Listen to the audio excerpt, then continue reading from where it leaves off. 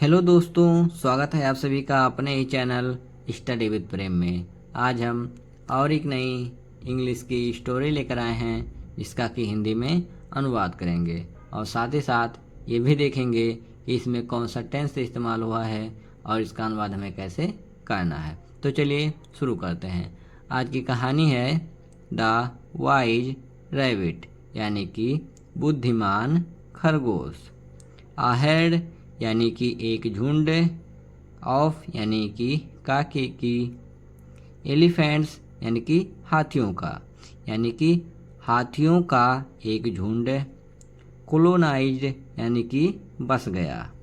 आ place यानी कि एक स्थान पर, नियर आ लेक यानी कि एक तालाब के पास। अब पूरे का मतलब हो जाएगा कि हाथियों का एक झुंड एक तालाब के पास एक स्थान पर बस गया। सेवरल थाउजेंड्स यानी कि कई हजार, ऑफ रैबिट्स यानी कि खरगोश, आल्सो यानी कि भी, लिव्ड यानी कि रहते थे, इन दियर बारोज यानी कि अपने बिलों में, अराउंड द लेक यानी कि तालाब के आसपास, व्हेनेवर यानी कि जब भी, द एलिफेंट्स यानी कि हाथियाँ, डाइव्ड यानी कि गोता लगाती थी, इनटू द वाटर यानी कि पानी में, यानी कि जब भी हाथियाँ पानी में गोता लगाती थी, मेनी रैबिट्स यानी कि बहुत सारे खरगोश, वेयर ट्रैम्पलेड ओवर यानी कि कुचल दिए गए, ट्रैम्पलेड यानी कि कुचलना, द रैबिट्स यानी कि खरगोश, एक्सप्रेस्ड यानी कि व्यक्त किए, दियर ग्रीफ यानी कि अपने दुख को, टू दियर किंग यानी कि अपने राजा से, यानी कि वे खरगोश अपने दुख को अपने राजा से एक्सप्रेस्ड किए, या फिर आप इसे कह सकते हो क्या, व्यक्त किए। द किंग ऑफ रैबिट्स यानी कि खरगोशों का राजा, देन यानी कि तब, यानी कि तब खरगोशों का राजा, वेंट यानी कि गया, टू द एलिफेंट यानी कि हाथी के पास, किंग यानी कि राजा, यानी कि खरगोशों का राजा हाथी राजा के पास गया। ही सेड उसने कहा, दैट कि, ही वाज सेंट बाई यानी कि वह भेजा गया था, द मून लॉर्ड यानी कि चंद्र देव के द्वारा, बिकॉज क्योंकि, द एलिफेंट्स यानी कि हाथियाँ, हैड वायलेटेड यानी कि उन्होंने उल्लंघन किया था, द सैंक्टिटी यानी कि पवित्रता का, ऑफ द मून लेक यानी कि उस चंद्र या फिर चांद के तालाब का, यानी कि चांद के तालाब की पवित्रता का उल्लंघन किया था, या फिर आप ये भी कह सकते हो कि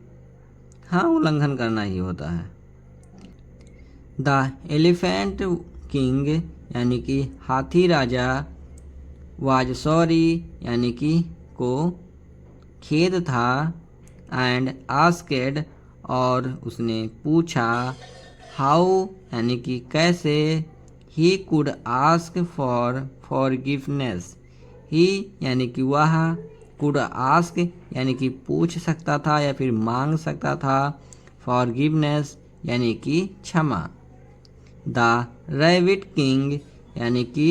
खरगोश राजा, लेड द एलिफेंट किंग यानी कि हाथी राजा को ले गया, टू द लेक यानी कि तालाब के पास, एंड और, शोवेड हिम और उसको दिखाया, द मून्स रिफ्लेक्शन यानी कि चंद्र या फिर चंद्रमा की परछाई को, इन द वाटर यानी कि पानी में, ऑफ द लेक यानी कि उस तालाब के।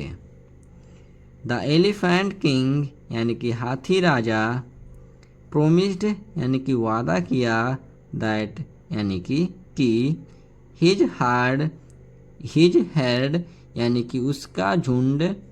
वुड नेवर कम कभी नहीं आएगा, टू द लेक यानी कि उस तालाब के पास, अगेन यानी कि दोबारा। द रैबिट्स यानी कि वे खरगोश, देन यानी कि तब या फिर तब से, लिव्ड यानी कि रहते थे या फिर रहने लगे, हैप्पीली यानी कि प्रसन्नतापूर्वक या फिर खुशीपूर्वक। मोरल इसका है या इस कहानी से हमें क्या सीख मिलती है कि अ वाइज लीडर यानी कि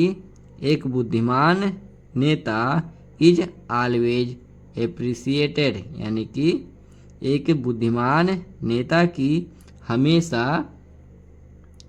सराहना की जाती है। अगर ये कहानी आपको अच्छी लगी हो तो कृपया करके लाइक, शेयर और सब्सक्राइब करना ना भूलें। मिलते हैं अगले वीडियो में, तब तक के लिए जय हिंद।